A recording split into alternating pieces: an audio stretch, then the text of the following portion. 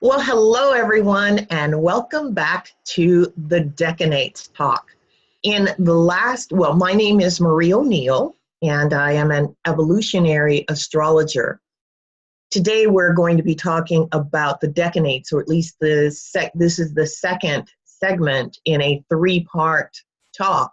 The reason that the talk had to be broken up into three parts is the decanates the material is so rich and dense that it was it was impossible for me to talk about all of the decanates in one session, especially with each session being an hour.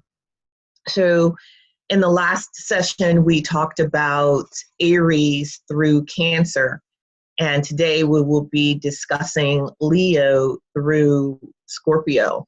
But before we get into that, just as we were mentioning earlier on the line, let me just recap a little bit about the decanates. They are. The decanates were recognized by ancient astrologers like Ptolemy as being, they were very important. They were, what they did is they took the constellations, each constellation represents a particular decanate. Decanates, the root word is decan, which means 10. So when you're born on a certain date, or you have a certain degree of a particular sign in your chart, you are a part of a particular decan for that particular sign. The influence of the decans is by the element. For example, if we're looking today, we're looking at Leo. So there's 3 decans in Leo because we have a 30-degree sign. All signs are 30 degrees. So from the 1st to the 9th, you're dealing with a particular decan based on the element. So with Leo, it's fire, which means that your first decan is going to be Leo. It's a true leonine decan. The second is Leo Sagittarius, because Sagittarius is the next sign from Leo in the fire element. And then, of course, we move on to Aries as the third decan. This is for Leo. If you're dealing with, say, Aries, someone born in the Aries decanate, then you would still be dealing with fire element, but you would look at Aries as the first decan, and then there would be Aries Leo as the second decan, and Aries Sagittarius as the third. What happens is the decans, the influence of the second sign adds flavor to the decan. So you can get someone born, I'm sure we all have people who were friends or associates who were born under our sign, but maybe they weren't born in the same decan or decanate as you. Maybe they were born in one of the others. So they would have a little bit of different flavor there. The way I like to teach this class is I like an interaction between the people who are on the line and myself. So today we are talking about Leo through Scorpio. Think about your chart and where in your chart a particular decan falls. So for example, the first decanate is going to be Leo, which means that the solar dates, of course, are July 23rd through August 3rd. And the degree would be 0 degrees to 9 degrees. So look in your chart, or even your friend's chart, and see where this decanate falls in your chart, if at all. You may not have a first degree decanate in Leo in your chart. But if not, think about one of your friends and apply the information that I'm giving you to yourself or your friend and see how it stacks up. At the end of each decanate, what I like to do is get feedback on how this is working for you, how, you know, the material, whether you see the attributes that I'm giving you as something that you've experienced or experienced with yourself or with your loved ones or people that you know. On the screen, you'll see the symbol for each decanate. There's the constellation. I also give a description, a short description, a small description of what that decanate is. And then there's a key word, because sometimes the takeaway is just all we can take away is one word. And therefore, it's important for me to make sure that you at least have one word that you can remember for a particular decanate. And then I talk about the spiritual text, which comes from C.C. Zane, which is, he was the leader of one of the Hellenistic schools, mystery schools, the Church of Light, which is still in existence down in Albuquerque, New Mexico. Before I launch into Leo, are there any questions or comments before we get going? No one has any questions or comments. All right. So at the end of, excuse me, at the end of this first decanate, I will just ask you if you, ask you to comment on this particular decanate. So the first one, of course, is Leo. First decanate, the solar dates, as I stated before, July 23rd to August 3rd. And you're looking at 0 to 9 degrees. This is what I want to call the ultra Leonine, the ultra Leo person. The constellation is Crater. Now, Crater, there's a picture of Crater, and Crater is actually a fiery furnace inverted so that the fire it contains pours out upon the earth. And the key word is rulership. The texts say this is to learn to like anything, basically, to associate with it with as many pleasurable thoughts and sensations as possible.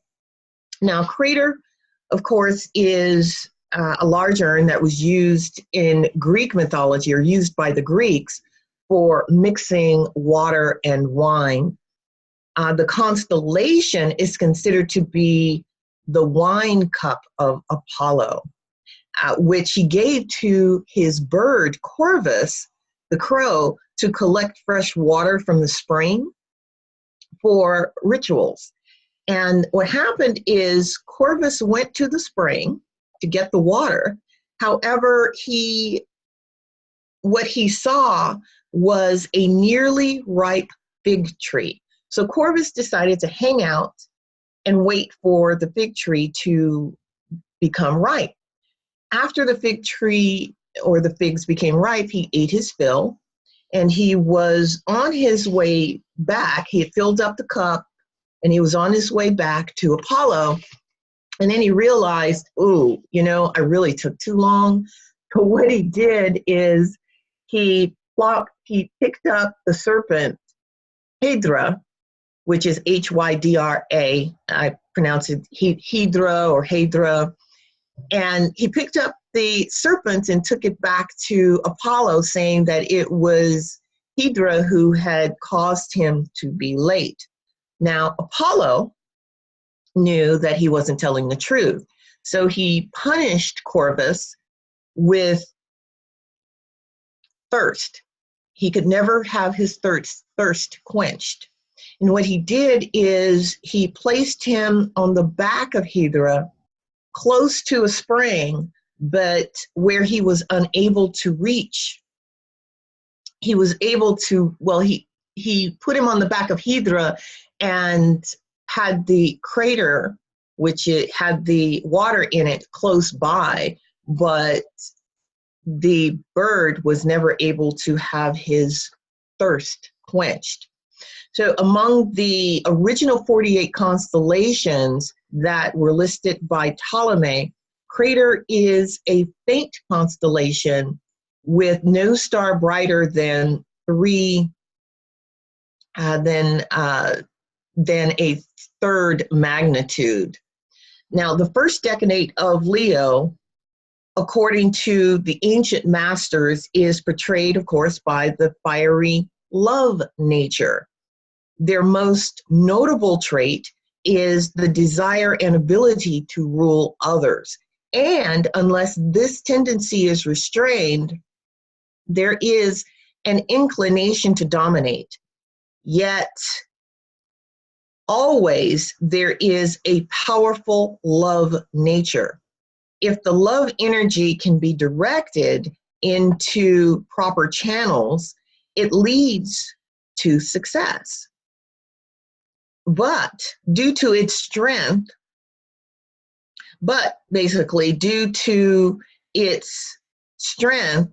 there is danger of turning to one extreme or the other, either permitting pleasure to dominate the life, or in rebellion at the tendency toward excess to become the avowed ascetic. What you have to look for with this particular decanate is moderation. Everything in moderation, well, to moderate is the key here. There are always many phases of anything, basically, which, if sought for, can make it appear in a pleasurable light. Even the thought of the advantage of having a willpower strong enough to continue what otherwise is distinctly unpleasant activity may and does strongly associate the activity with thoughts of satisfaction.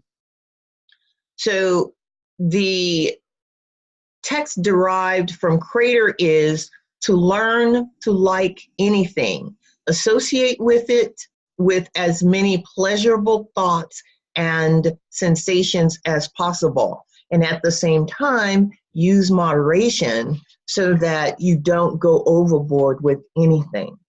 So how many of you guys have the first decanate of Leo in your chart? Now, this can be your sun sign. It could be any aspect of your chart.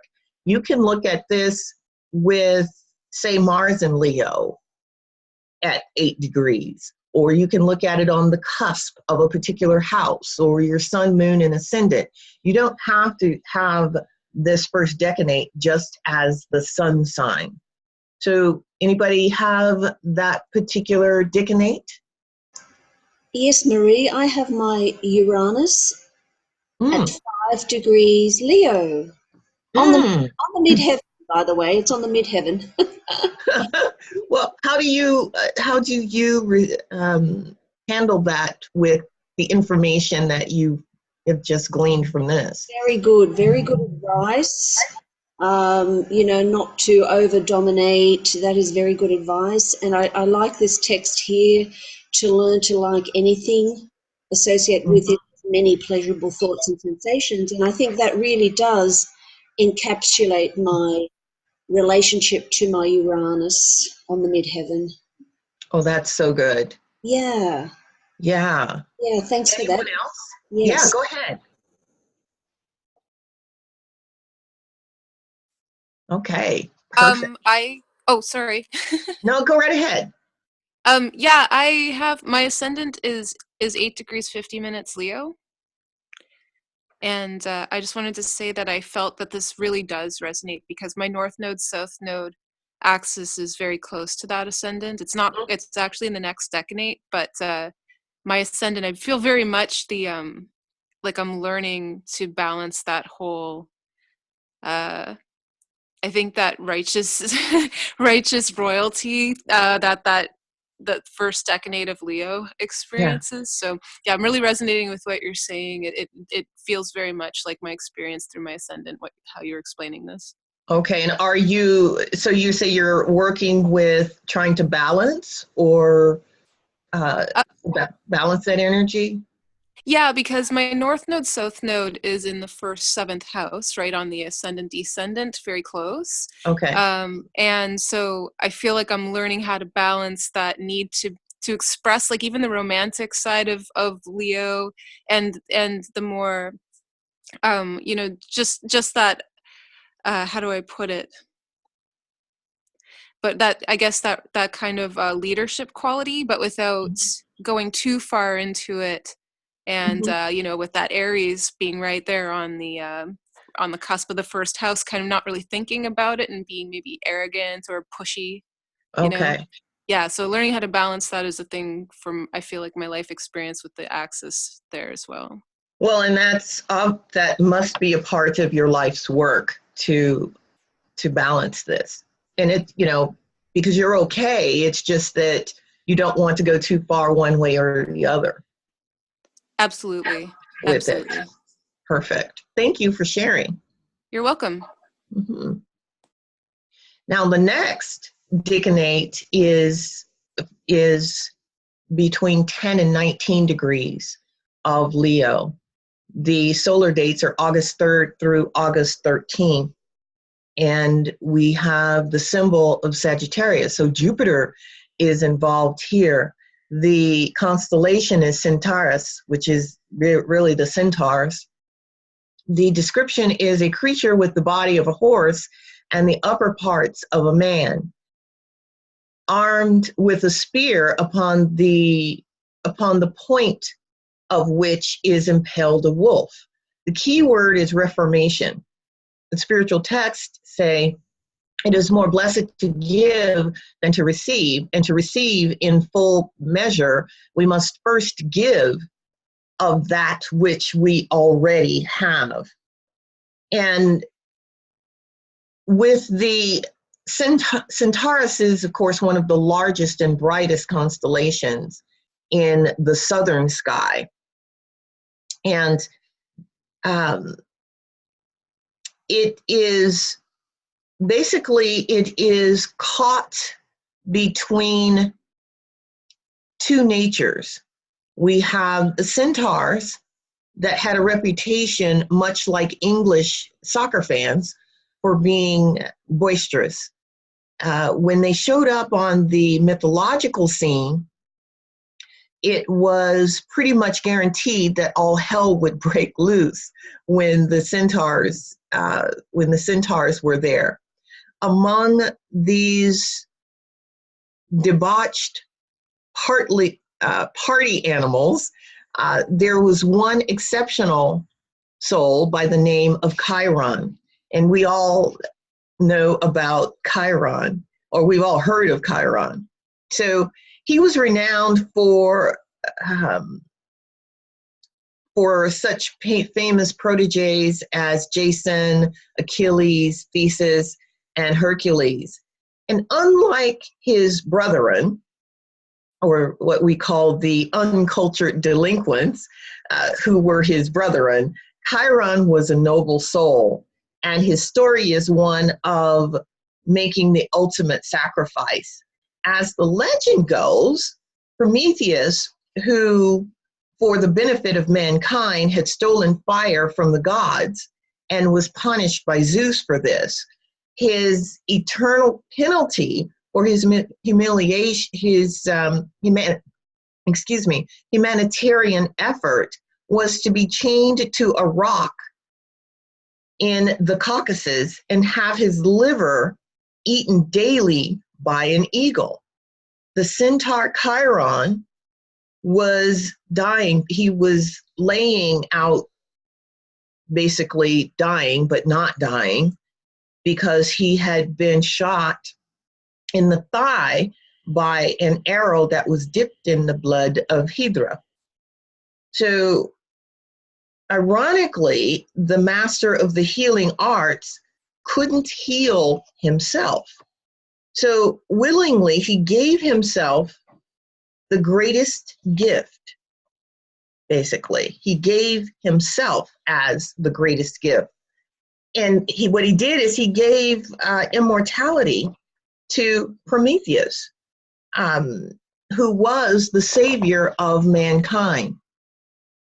So in the second decanate of Leo, Jupiter, the inherent quality of dominant control of character, of characteristic of Leo, is modified by the sub-influence of the higher mind, Sagittarius.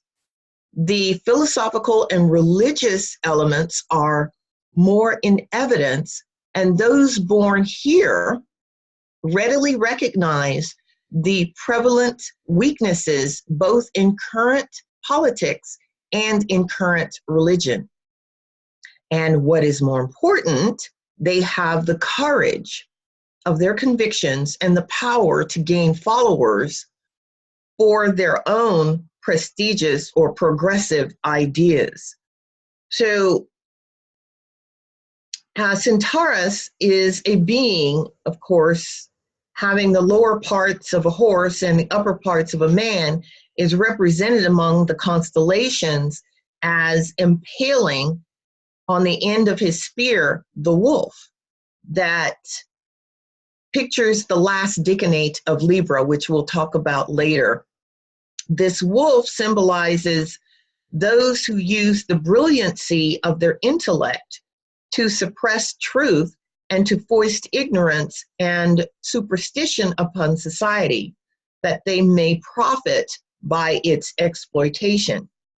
As those born in this middle decanate of Leo have the power to convince and lead others, it behooves them to put forth every effort to gain the truth and to take great care that they don't disseminate erroneous information.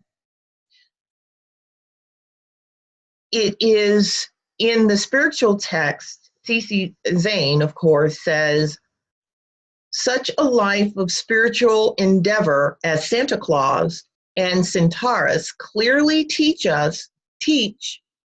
is dependent upon what is done for others. It is the effort to give rather than the effort to take, which promises a spiritual harvest.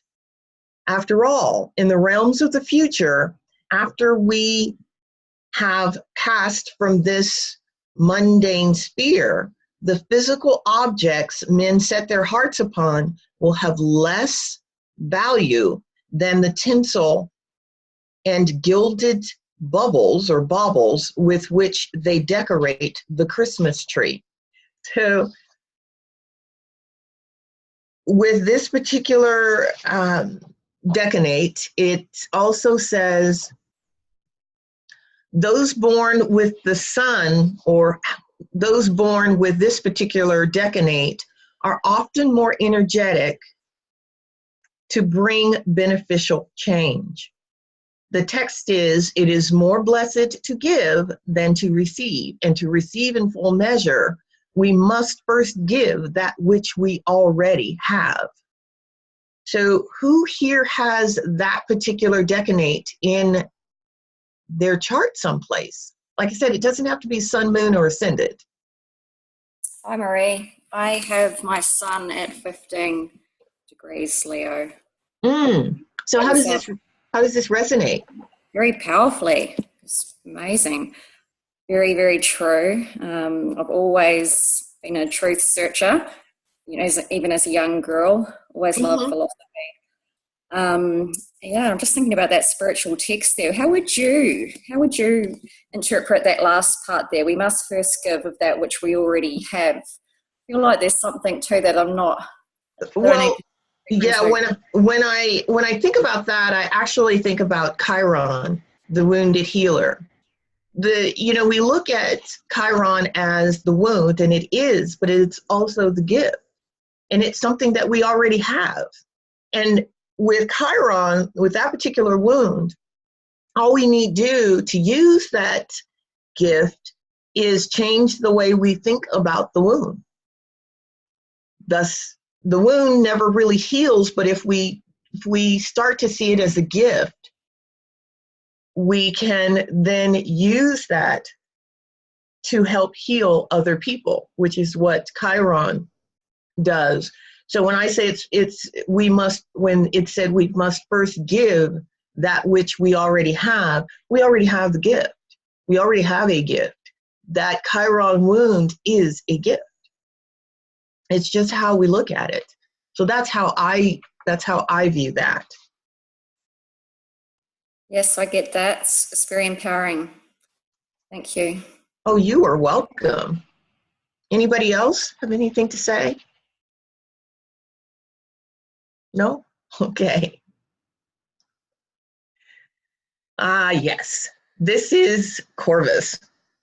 The third decanate is 20 to 29 degrees Leo. Solar dates are August 13th through August 23rd. Here it's Corvus, the raven, a raven with wings outspread, making a noisy meal from the back of the water serpent. The key word here is ambition. The spiritual texts say man tends to become that which he most talks about and most thinks about. This this is also the constellation Corvus. So with this particular constellation, we go back to the drinking vessel. If you remember the first decanate with Corvus, the crow going off to fill the vessel. But in this case, he's his own constellation.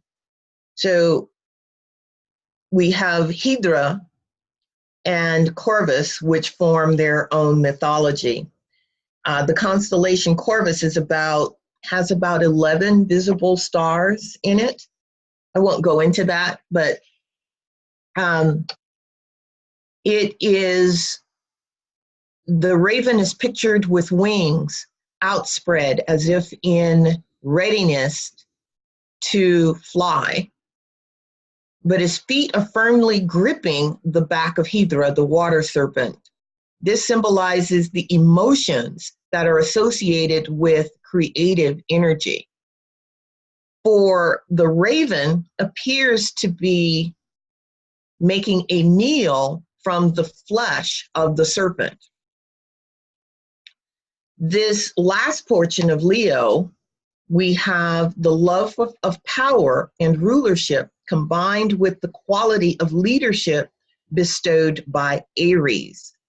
As a consequence, those born under this section of the sky are determined to rise in life regardless of obstacles. And when this tendency is carried to extremes, they will sacrifice their associates, family, and even integrity itself in order to increase their power.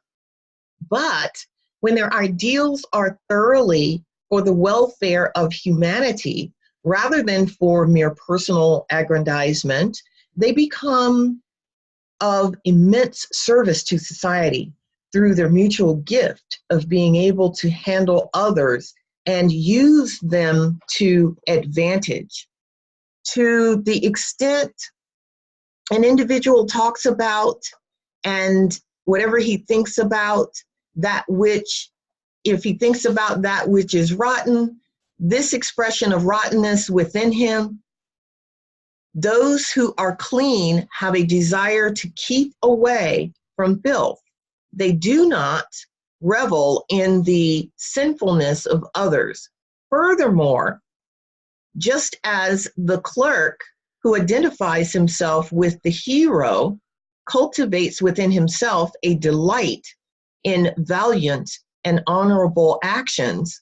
And just as the shop girl who identifies herself with the sweet and admirable heroine cultivates within herself pleasure in womanly conduct of the same high standard, so does the scandalmonger cultivate within himself an increasing relish for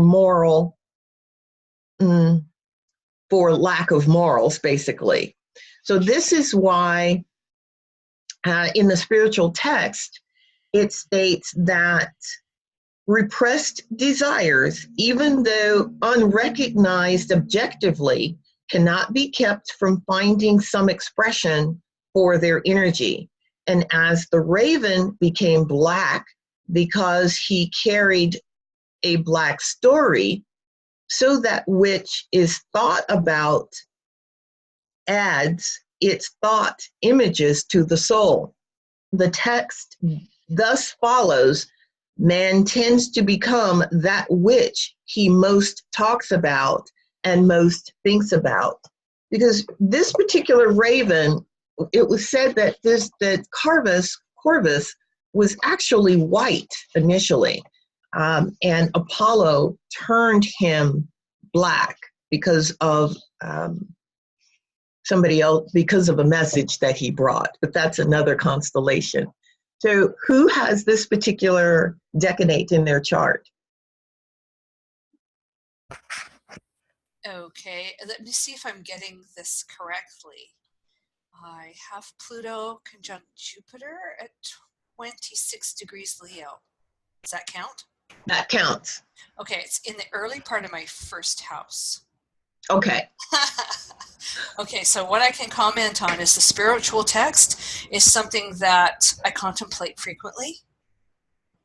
Okay. And the image, well, just I'm sort of listening to you from my right brain because there's a lot of information here. Yeah, that's true. But the image the sense that I get from the image of the raven grasping with its talons on flesh, which may or may not be decaying, makes a lot of sense to me. It's like, I can't let go. I got this. It's kind of like my dharma. But my wings are open. I can fly. It's like making a silk purse out of a sow's ear. Whatever role I'm in, I can manifest my creative self-actualization. I don't know about the word ambition, but I certainly will arrange the people like I'm bossy, obviously. I mean, how can I not be, right? With that kind of a, okay, right, well known. But my perspective is always for the greater good. Like that, I want to see people, it's sort of a role, social role valorization. It's like if everybody comes together and plays the best part of their role, then we can serve the greater good. So that's where my bossiness kind of how it plays out. That's where your bossiness plays out. Oh, that's so good. That is so good. Thank you for that. Yeah, and with the ambition, I mean, you know, you've got Aries and Leo together. How can you not have ambition? I mean, it's weird though. Okay, maybe it's because my Mars is in Pisces, but I don't have like a desire and then a goal and then all the steps to get there. That's not how I operate. Okay, I good. sort of let whatever in the river comes to me, and then I work with that. Good. So good. I guess it's a backwards kind of ambition. Yeah, that's okay. It works. Anyone else? Okay. My moon is in that 21 degrees Leo. Oh, how do you respond to this? How does this work for you? A lot of I agree a lot with what Karen said because I'm a sun in Aries, but that moon is in the 12th, so there's not a big ambition thing with me, but I have had to step into leadership roles a lot of times to, you know, when stuff needed to be done. whether you've wanted to or not, you've had to do it. Exactly. Yeah.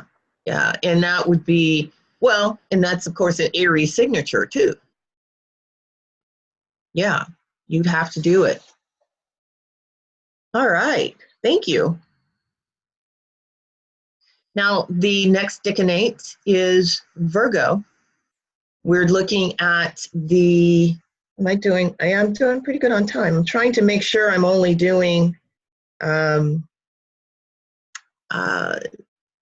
maybe 20 minutes on the whole decanate.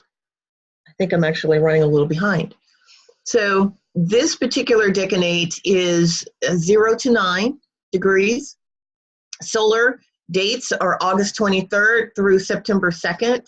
The symbol is, of course, Virgo, so it's a true mercurial symbol.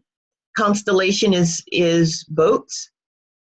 Description is a husbandman who, with upraised sickle, chases the great bear around the pole. And in his other hand, he has a spear. The key word here is achievement. And the spiritual texts say, from every event of life, the soul may extract value, even as the verdant vine transforms in different waters into rich and sparkling wine. So in this particular story, the name Boats means herdsman or plowman. And as in many of the constellations, we have, of course, different mythologies. So one story holds that Boats invented the plow, thus pleasing Ceres, who petitioned Zeus to place him in the heavens. And then there's yet another story where he was associated with Icarus of Athens, who Icarus taught to make wine. He was murdered by shepherds who thought they had been poisoned by his wine. So there's several stories here. Anyway, in Mercury, we find the most pronounced degree. The mind of those born here are usually restless and active, a tendency pictured among the constellation of Boats. The bear driver is who he is, who follows the great bear, symbol of the objective mind, about the heavens with an upraised sickle, urging him on. And so, and to convey the idea that man's thoughts, when carefully tended, yield a most precious fruitage. Boats is traditionally associated with the vine of the grape, for he is also a husbandman.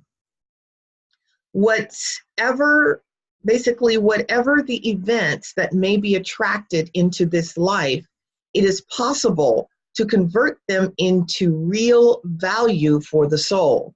The meeting of obstacles may be used to develop initiative and resourcefulness. The losses which occur may be used to build up fortitude. Difficulties, when overcome, teach how responsibilities can be carried, and thus each experience holds a lesson which can be used in later achievement. Bearing upon these lessons, the text associated with this constellation, from every event of life, the soul may extract value, even as the verdant vine transforms in different waters into rich and sparkling wine. So anyone have that particular decanate in their chart? Yeah, I have my sun at 6 degrees of Virgo. Okay. And how does this work? Yeah, I can relate, definitely. Especially to the spiritual text. Okay. In what way? well, I have very restless mind, but I also have my moon and south node, the 6th house in Gemini. So Okay. that makes it even more. That could, yes, that would. Okay. So, yeah, very mercurial, very restless mind. And yeah, I always want to get value out of everything and transform it in any way I can into something better. Okay. Perfect. Thank you.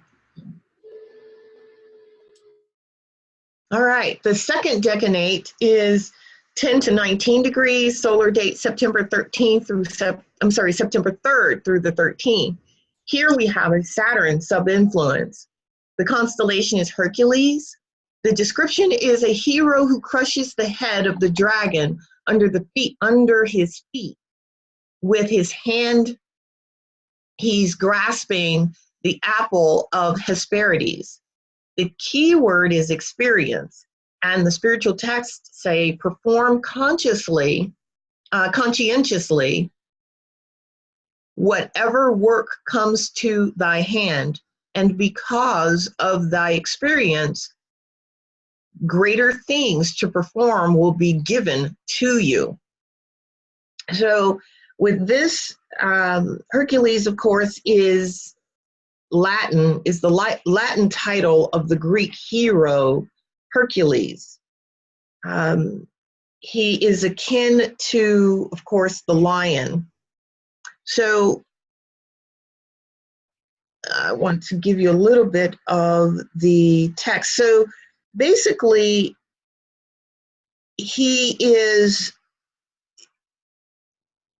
Hercules means pride of Hera.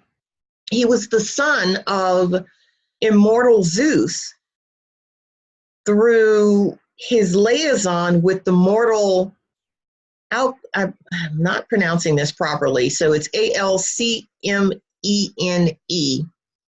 Anyway, Hera, of course, who was the wife, was of course jealous and constantly tried to kill Hercules off, tried to destroy him. So he appears kneeling. He appears to be kneeling upside down with his head just above the head of Ophiuchus. He's kneeling on Draco the dragon, who guards the apple of Hesperides. There is, of course, no first magnitude star here. It's quite important to feel satisfaction when the best is done, as to recognize when one is living below one's possibilities. If more is expected than lies within the powers to accomplish, there will be certain failure and accompanying dissatisfaction. The feeling, in turn, directs energy into channels which are destructive and lessens the ability in the future. On the other hand, it is equally as easy for some individuals to feel that they are living up to their potentials and their possibilities when they are living far below them.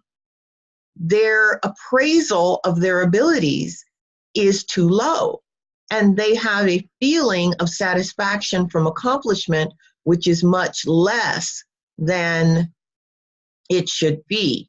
Yet, even this does not satisfy or does not signify that they should be critical of themselves in a destructive sense, but merely that they should recognize that they should strive for more, a more lofty goal, because we learn to do through effort directed at accomplishment.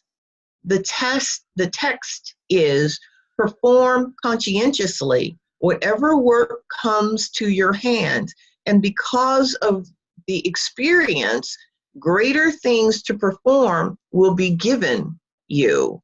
So in this particular constellation, it's about performance and performing what is in front of you.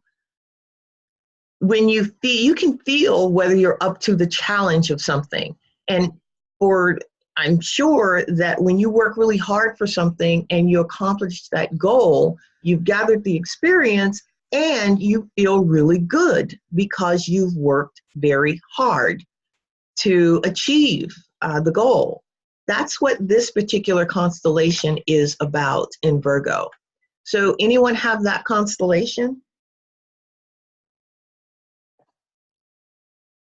Nope. Oh, well, yeah, my Jupiter is at 10 degrees, Virgo. Your Jupiter is? Yeah. How does that work for you?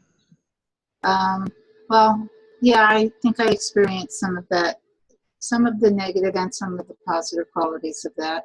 Okay. Underestimating myself and being too critical, and I need to set higher goals and work harder toward them. So that you actually feel better about yourself when you do it. Yes. Yeah. Right. Yeah. Okay. Good. Good. Thank you. Now, the third decanate, this one is amazing to me. The third decanate is 20 to 29 degrees. Between September 13th to September 23rd are the solar dates. The symbol here is, of course, Taurus. Taurus is the third earth sign for this particular decanate, which means the influence is Venus. And it's the corona borealis. The description here is a crown of 12 iron spikes, in front of which a serpent threatens to strike. The key word is renunciation. And the spiritual text says, he who would live the life of the spirit, here and now upon the earth, seen and known of men, must have fortitude in times of adversity. This particular constellation, if individuals are undergoing training to fit them each for a different function in the cosmic organization, each will attract to himself or herself just those experiences that they need to develop the required abilities. Accomplishment of any kind implies the ability to overcome difficulties. People who have never had hard problems to solve are unable to solve hard problems when suddenly presented. Afflictions, therefore, are not bestowed by heaven to punish man or for sin, but to indicate that he has a lesson to learn. When he has learned his lesson, he will be able to triumph over the afflictions, just as Job did in the end. For Job was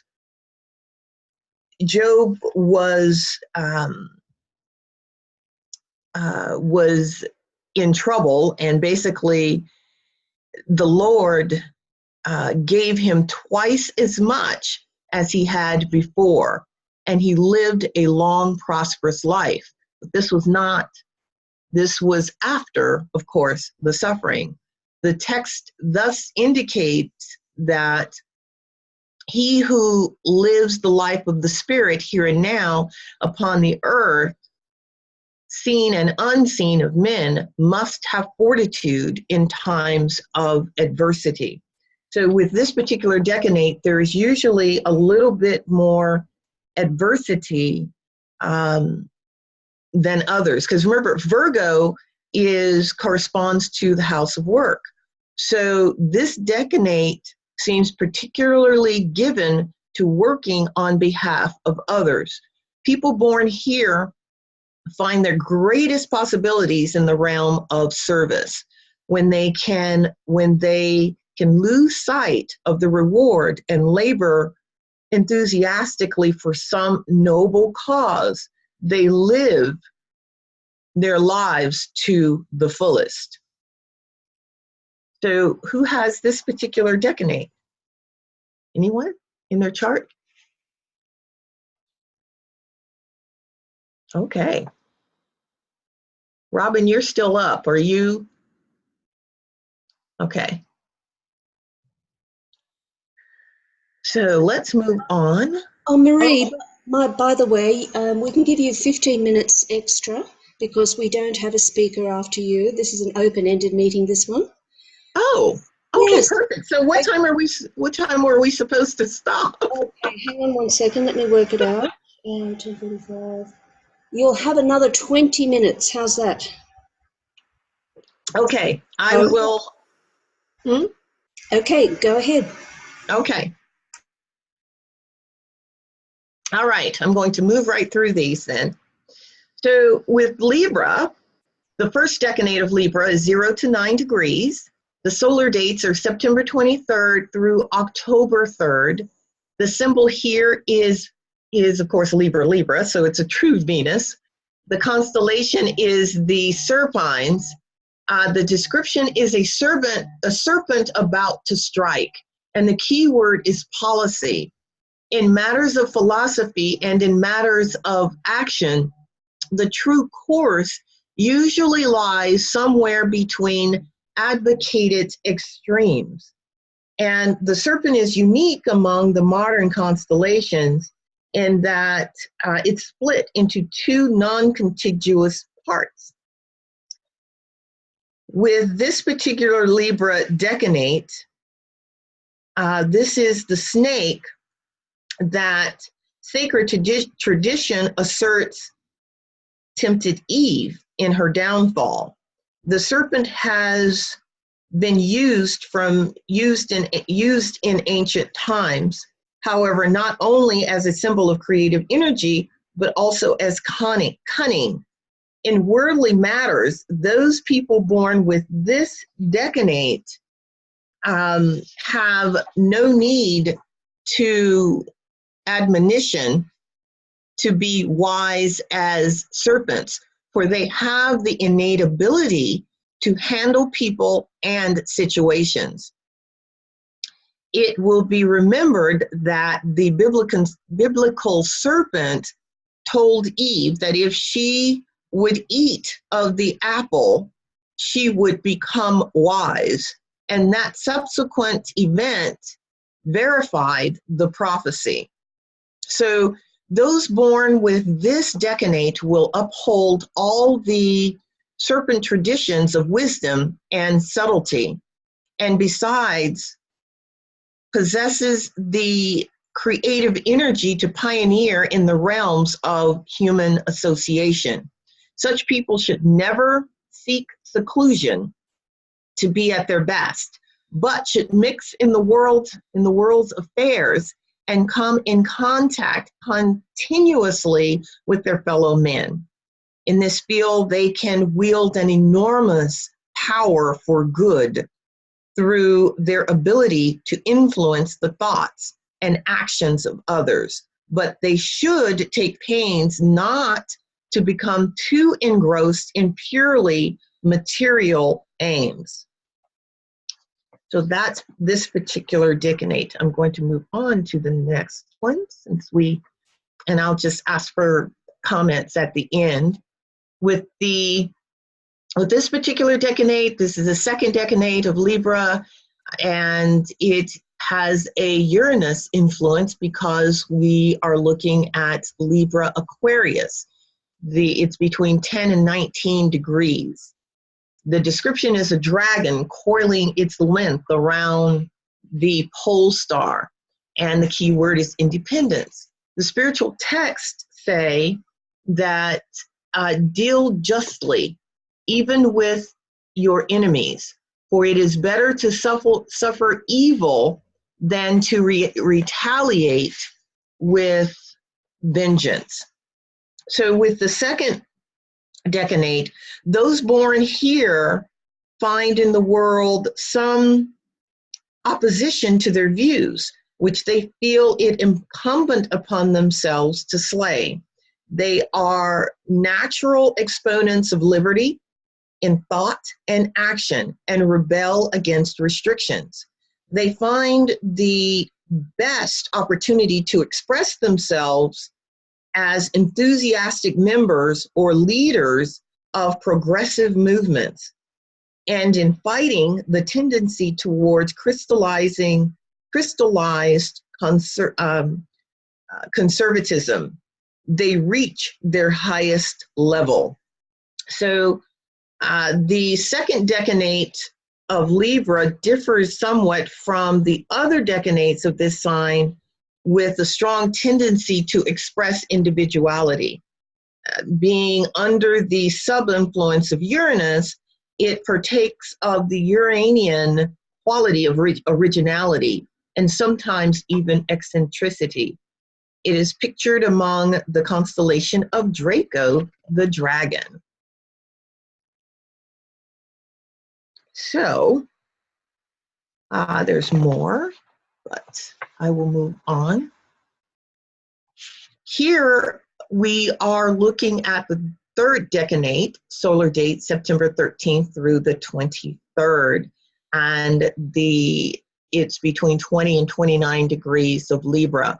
Here we have the sub-influence of Mercury because the sign is Gemini as the second sign. The constellation is Lupus. The description is the wolf. It's the wolf that we talked about earlier, which is pierced and dying on the spear of Centaurus. This is exploitation is the key word. It is impossible for a man to injure another without himself being injured, or for a man to benefit another without himself being truly benefited. So in this particular constellation, it is in the spiritual text, well, actually C.C. Zane likens it to the story of Little Red Riding Hood, but this particular decanate of Libra is not, it is neither the mind is not less keen than any of the other decanates. In fact, it is often superior, especially where literature and art are concerned. But as it is the decanate in the sign of partnership and open enemies, next to the sign of death, Scorpio, there is sometimes a peculiar fatality associated with it.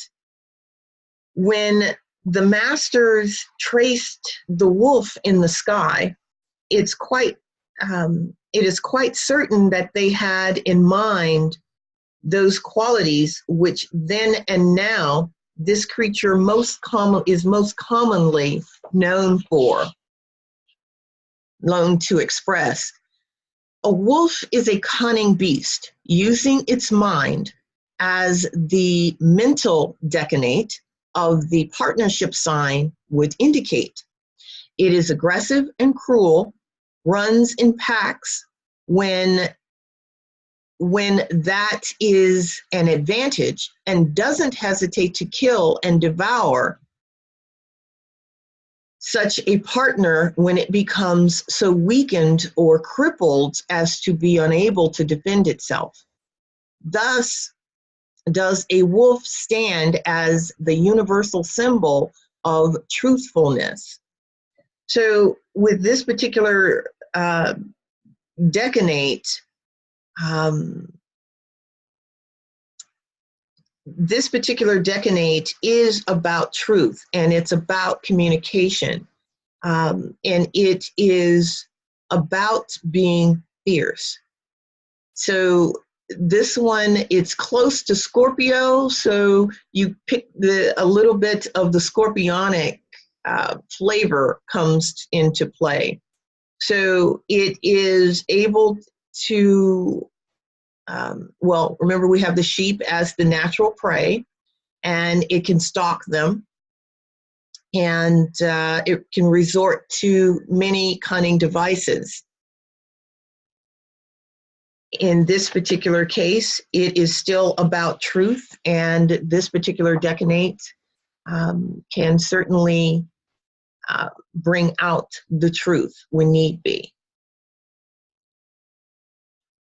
Now we move on to Scorpio. The first decanate of Scorpio is 0 to 9 degrees. Solar dates October 23rd through November 2nd. And the symbol here is, of course, it's Scorpio, so it is Pluto. It's a true Pluto. Anyway, the constellation is Ophiuchus. The description is a man who wrestles with serpines, which is the serpent. The key word is resourcefulness. Spiritual texts say continual kindness between the sexes generates a power by which the heights may be scaled. So with this particular decanate, this is, in mythology, of course, Ophiuchus was synchronized as he was the healer of Asclepius. He was the son of Apollo by Coronus, who was killed by being unfaithful to Apollo. The unborn child was rescued from the womb and given to Chiron to raise and to teach. So in this particular case, Ophiuchus had the power to heal. And what he did is he started to heal and bring back the dead. Now, Hades, or Pluto, was really not happy about this because souls were not coming to Hades as they were supposed to. And he petitioned his brother Zeus to stop Asclepius from doing this. So Zeus killed Asclepius with a thunderbolt and placed him in the heavens as the constellation Asclepius. So the rod of Asclepius is the symbol of the medical profession. So with this first decanate, the man who wrestles with a serpent is the constellation. So we find people born under this decanate with the strongest sex impulses.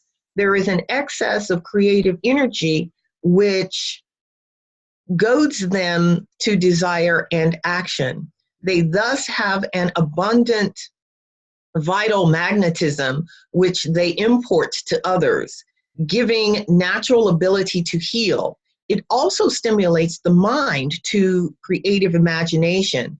Therefore, when they turn from sensualism and direct their forces to constructive work, they have a wonderful fertility of ideas and are capable of leading the strenuous life at its maximum. So not through suppression can they overcome the serpent, but through the guidance of the surplus of energy into proper channels. So that is the first decanate of Scorpio. The second decanate is, we have the influence of, this is Pisces, so we're looking at Jupiter and Neptune as the influence. Constellation is Era. And this is an altar from which rises smoke from the burnt sacrifices. Keyword is responsibility.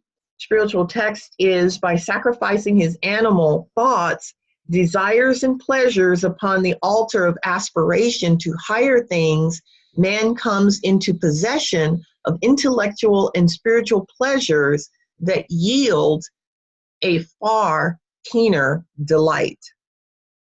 So this is about resourcefulness and man's likes and dislikes, and therefore his habitual actions are conditioned by his experiences. But back of any experience in human form are certain irresponsible drives, such as the desire to live, the desire for significance, and the desire for reproduction. These fundamental drives are inherent in all life, providing the force which impels it to struggle, which compels it to struggle and to attempt to move forward. So resourcefulness is this one. In the Ara is the second constellation found between the Corona Australis and Centaurus. Is there anything else I want to tell you? Okay, the entire teaching, well, no, I won't go into that. We don't have time. I'll go on to the third decanate here of the third decanate is between 20 and 29 degrees of Scorpio, and we have the sub-influence of the moon, which we talked about as the Corona Australis. It's a laurel crown of triumph. This time it is triumph and it's attainment. A man should be esteemed not because of their race, color, sex, or ancestry, but for what they have accomplished for the common good. The true monarch is he who renders greatest service for his fellow man. So here, we have the second decanate as the Southern Crown, and holding to the pattern of life, which calls for maximum service for the common good. These people acquire knowledge of occult laws and develop their abilities to use these occult forces in a constant endeavor to increase the scope of usefulness. Their attitude and efforts lead to the text. Men should be esteemed not because of their race, color, sex, or ancestry, but for what they accomplish for the common good. So that is the end of Scorpio. I rushed through that last part. I think I speak just too slow, but any comments on what's in any part of this? Okay, Marie, you speak so well and nice and not too fast, not too slow, just really good. Okay, so I had my Jupiter in the first decan of Libra, and for all of these, I'm finding them very accurate and very insightful. Like, where do the spiritual texts come from? The spiritual texts come from the Church of Light. C.C. Zane wrote many books, and he has books on. At the end of this particular of these slides, there is a list of the spiritual texts and where you can the books where the spiritual texts came from. But you can get them at the Church of Light in Albuquerque, New Mexico. C.C. Zane wrote them. Yeah, I really did not want to like these texts because they sound a little bit patriarchal or something, but actually they really are very accurate in my opinion. So thank you very much. Oh, you are welcome. Anyone else with comments or questions?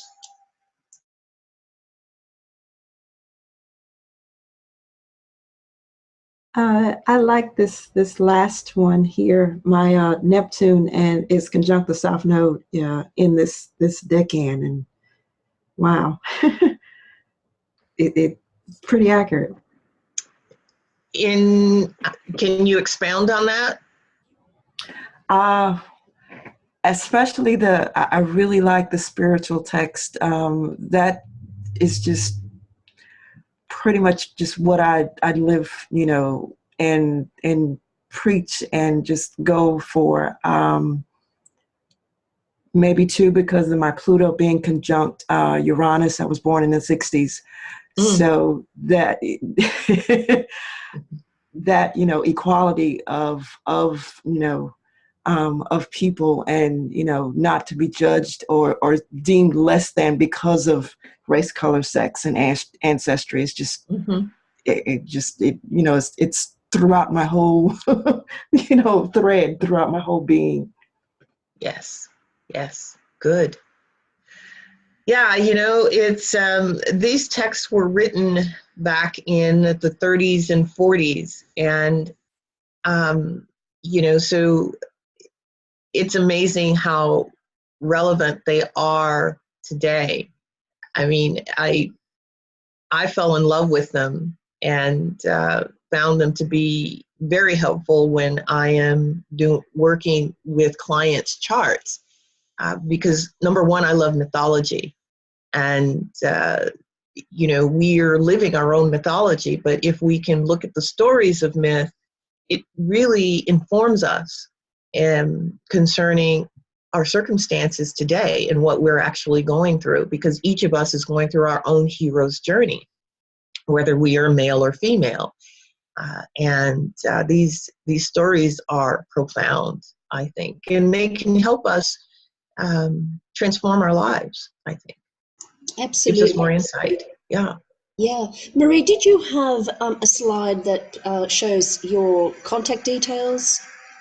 I do. It is, of course, at the tail end. I didn't break it up. Let's see. Oh, here's the spiritual text. So you have that. And then here's my contact information.